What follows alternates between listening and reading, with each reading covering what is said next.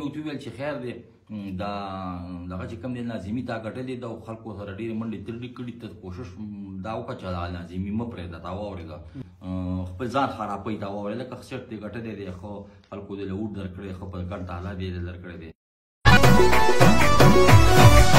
کوي خدمت خو ګل باچا ډېر تابعدار دی او دا د باچا خان بابا پلار دی د پی کې 62 نامزد شوی امیدوار دی او دا د باچا خان بابا پلار دی او دا د باچا خان بابا پلار دی. سلامونه نیکی هیلې او احترامات مې ومنئ. قدرمندو کتونکو نصرالله خټک یم ستاسو په درانه خدمت کې حاضر شوم ستاسو د خپل چینل تنګي نیوز څخه. قدرمندو کتونکو تاسو به په دغې سوشل میډیا باندې لیدلي وي چې د شمالي هشنغر سیمې سره تعلق لرونکي یو شاعر سیاسي سماجي شخصیت اجمل خان صاحب چې دی نو هغه د مزدور کسان پارټۍ نه چې دی نو لارې جدا کړې او په عوامي نیشنل پارټۍ کې د شمولیت اعلان وکړو باقاعده ټوټه په سر کړه او دوی چې دی نو غیر رسمي خبرې کړې وې خو موږ بهتر وګڼله چې هغوی سره یو څو خبرې وکړو چې آیا هغوی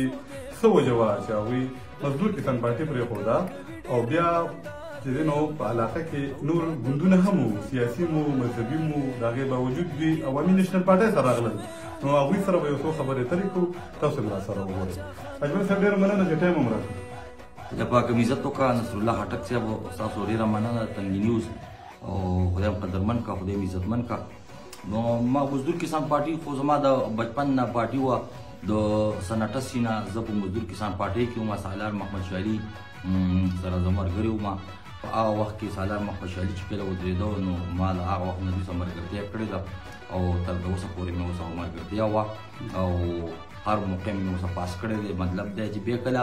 سالار محمد شاه علي مړ شو نو بیا ګوجر سره زموږ ملګرتیا وه او ګوجر چې کله مړ شو نو غریبانان ډېر اطمینان پاتې شو نو ما بیا ډېرې هلې ځلې نورې مې تېزې کړې دي. ما جرا دا مسله خبره کوم دوی اطمینان دي د پلار نقش قدم باندې مثال خبرو کوم سره روان شه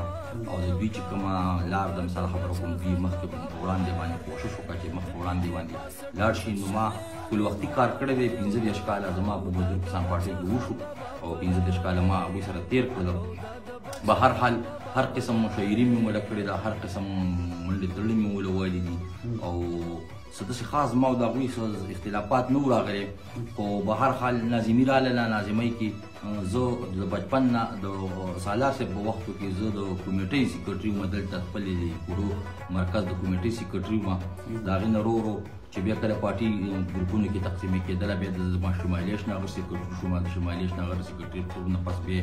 زه د صوبې سیکرټري شوم. د صوبې نه پس چې کله بیا دوی بیخي کمزوري شو کله د بنګش ګروپ دوی سره یو ځای اتحاد کړی یو ځای هغه کړی نو هغوی کله لاړه بیا ما ته همدې ویل چې راته به ما ته مرکزي جنرال سیکرټري زه اوس مرکزي جنرال سیکرټري شوم او انشاءالله ما په خپل پیسو باندې په خپل خرچو باندې په خپل وخت خراب کړی دی. چا نه مې څه تمه نه ده کړې نه مې د چا په جرګه کې روپۍ اخیستې نه مې چا نه څه دغه کړي دي. هېڅ اختلافات زموږ نه وو خو به هر حال دوی چې کله ناظمي وګټله نو بیا پکې خلک راغلی هر قسم خلک پکې راغلی نور خلک هم پکې راغلی نو ما ته ویل چې ته د سیکرټریتوب پرېږده د مرکزي سیکرټریتوب به موږ هغه له ورکړو ډاکټر تیمور رحمان له ورکړو ما نه مرکزي سیکرټریتوب واخیسته او بیا دغه شان چې صوبې سیکرټري وو هغه هم ما نه واخیستې ما نه ټولې دې واخیستې ځان له پاتې شوم. نو زما لږ ګړه خفه شو چې یاره که زما خو ډېرې قربانۍ دي 15 کاله وشو دا تاسو چې کوم پارټۍ کې خلک دی د دوی نه زه سینیر یم نو بس دغه معمولي اختلافات راغلل او خلکو موږ له ووټ راکړو ډېر په مینه باندې او ډېر په دغه باندې او ډېرې غټې غټې پارټۍ موږ سم له وري نو زه یې لږ نظرانداز کړ تا واورېدو زه یې لږ دغه وساتلم زما دغه راغلی او بیا مې ورته وویل چې خیر دی دا دغه چې کوم دی ناظمي تا ګټلې ده او خلکو سره ډېرې منډې ترډې کړي ته کوشش دا وکړه چې دا ناظمي مه پرېږده تا واورېده ځکه چې د ناظمي ته پرېږده خلک به مایوسه شي او د خلکو تا له اوټ درکړی دی نو خلک به بیا وایي چې هلته د اوټ موږ سیسټم ته ورکړو دا په دې خپل ناظمۍ باندې صبر وکړه او د عوامي نیشنل پارټۍ چې کوم دی دا که ما خوښه کړه نو په دې تاسو ورته دوی دا وایي چې ناظمي مه پرېږده څه دپاره دوی ناظمي پرېږدي هغوی وایي چې د ناظمۍ کې څه خاص څه نشته دی او بس موږ بیا ته ودرېږو لکه جنرال الیکشن دپاره جنرال الیکشن دپاره موږ مطلب دی په ناظمۍ کې نه چا د کار کولی شو نه مثال خبره کوم بل څه کولی شو او دا جنرال الیکشن به موږ وکړو دې صاحب شو موږ مثال خلکو خدمت وکړو یا به کارونه وکړو دا واورو په دغه وجه باندې لکه هغه لکه دا خپل څوک دی چې زه ناظمي پرېږدم او زه جنرال الیکشن لړو کوم زه صوبایي اسمبلۍ ته لاړ شم دا خبرې تاسو 1 to 1 کړې خو نه دې لپاره باقاعده راغونډ شو میټینګ د خلکو چې دا موږ 1 to 1 خبرې کړې وي اجلاس کې نه وي شوي دا واورو 1 to 1 کړې وي دې لپاره ته اجلاس نه راوړل نه اجلاس نه راغونډ شوي خو به هر حال دوی ویل چې نه موږ ودرېږو زه د دې نه استعفا ورکوم نو عوامي نېشنل پارټي چې کوم دی دا په 88 کې چې کله الیکشن کېدو نو سالار محمد شاه علي ته د عوامي نېشنل پارټۍ خپله حقه پرېښودله صوبایي اتحاد یې ورسره وکړو صوبایي سیټ یې دوی له ورکړو سالار محمد شاه علي یې ورکړو او بیا قومي سیټ چې کوم دی دا اسفندیار خان له ورکړو دغه شان یې بیا په 92 کې چې کله الیکشن راغلی دی نو بیا عبدالشاه خاموش و اتحاد وشو قومي جرګه سازه شوه د مزدور کسان پارټۍ قومي جرګه سازه شوه په هغې کې عبدالشاه خاموش و له صوبایي سیټ ورکړو قومي سیټ هم چې کوم دی اسفندیار خان له ورکړو دغه شان بیا په 15 کاله پس بیا جهانګیر خان مومن ګوجر خدای پاکو بخې ژوندي وو هغوی په شریکه باندې قومي ولسي اتحاد ساخت جهانګیر خان یې ودرو اوس مل دی خدای دې ورکړي نو نېشنل پارټۍ موږ ته پرې څلور پیرې دا علاقه پرېښې وه نو ما سوچ وکړو چې د نېشنل پارټۍ مثال خبرو کو په موږ باندې احسانات دي انقلابي پارټي هم د اوس مفتاب خان لزي یا بل خان لزي مثال خبرو کوم بدي بخکاري ورته نېشنل پارټۍ په موږ باندې یو غټ احسان وکړو او زموږ حلقه کې مثال خبرو کوم یو غریب سړي له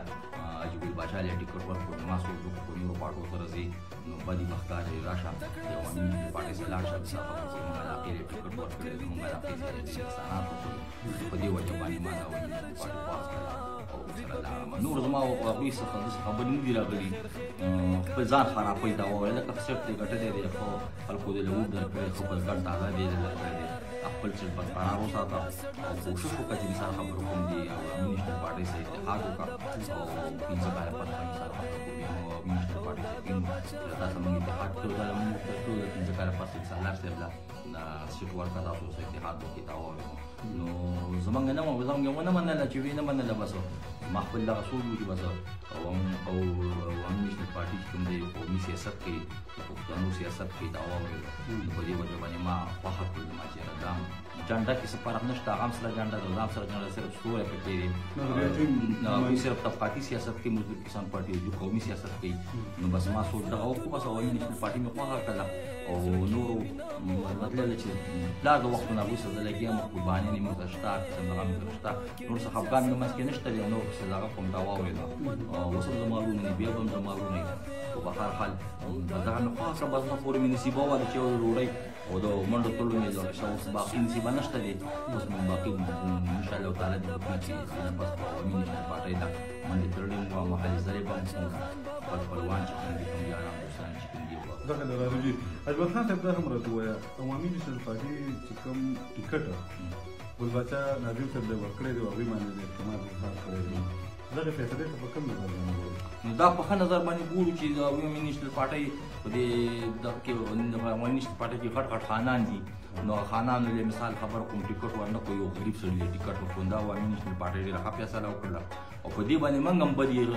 نه ښکار وکړو مثال اوس یو خان سره ځو نو موږ په بدې ښکار وکړو یو غریب روډ له زموږ ټیکټ ورکړی دلته موږ لاړ شو نو موږ باندې څوک د اعتراض نشي کولی چې ته ولې مثال خبره کوم یو خان سره لاړلې موږ نه هغه هم زموږ د تفریح سړی دی زموږ د علاقې سړی دی دا به خدمتونه دي په دې علاقه کې قربانۍ دي دا چا په موږ ژوندي کې ولاړې دا چا هغه تحصیل کوي په ډېرو غریبانانو سره ګډوډه کړي دي نو په دې وجه باندې زه هغوی نه دغه شوم متاثره شوم په دې وجه باندې ما زه عوامي نېشنل پارټۍ کې معنا وکړو خدمت ته بخري پوښتنه وکړم دا ورته ووایه خلک لګیا دي که موږ د سوشل میډیا وګورو یا نور داسې سیاسي مخالفین چې دي هغوی کې یو اجمل خان او عوامي نېشنل پارټۍ ته لاړل نو صرف تاسو واحد راغلی خو نه مخکې سکرټر داسې شته چې هغوی هم تیار دي یاره داسې کار دی که نه زما خو مطلب یې زیات چا په بېدخلي کې ولاړ یم د شپې مې خلکو له بهرې کړي دي تاڼې تحصیلونه مې کړي دي او انشاءالله تعالی په کیسه خو د خپل خاندان نه علاوه خپل خاندان خو نږدې دی او زموږ ډېر غټ خاندان دی او د یو نیکلوال دي دغه خو موږ ټول دي او انشاءالله تعالی دې په کې چې نور ما سره ډېر ملګري دي چې هغه ما سره د عوامي نېشنل پارټۍ کیسې او ان قریب دی چې دغه اعلانات انشاءالله تعالی دې په کې چې جلسه به کوو او پروګرام به کوو پټ کمیټي او غونډه به کوو ډېره مننه عزتمن صاحب. قدرمنو کتونکو اجمل خان صاحب د هغوی خبرې تاسو واورېدې او هغوی دغه وویل چې زه او زما خاندان یا زما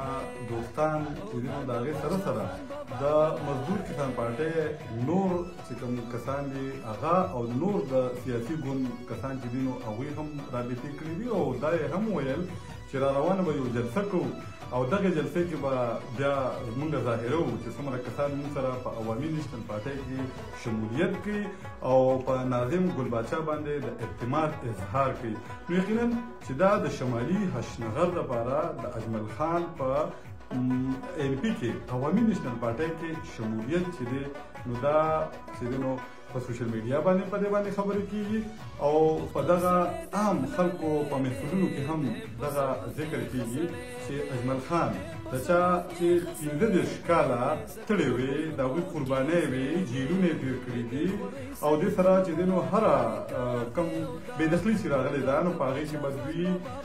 مخې باندې ولاړ وو د کورونو مخکې به یې چې دی نو ځان را رسو څه وجوهات وو چې هغوی راغلل نن چې دی نو عوامي نیشنل پارټۍ ته راځي او 15 کاله هغه خپلې ستړې هغه خپله واپستګي هغه پرېږدي په عوامي نیشنل پارټۍ باندې هغې کې شمولیت کړي او په ناظم ګل باچا باندې د اعتماد اظهار کړي. نو دغه ټولې خبرې وې اجمل خان صاحب سره مونږ وکړې تاسو هم واورېدې. اوس د نه د خپل کیمرمین شاهد الله خټک سره اجازه تلم. شرط یم چې خوشحاله آباد او بریالي اوسئ.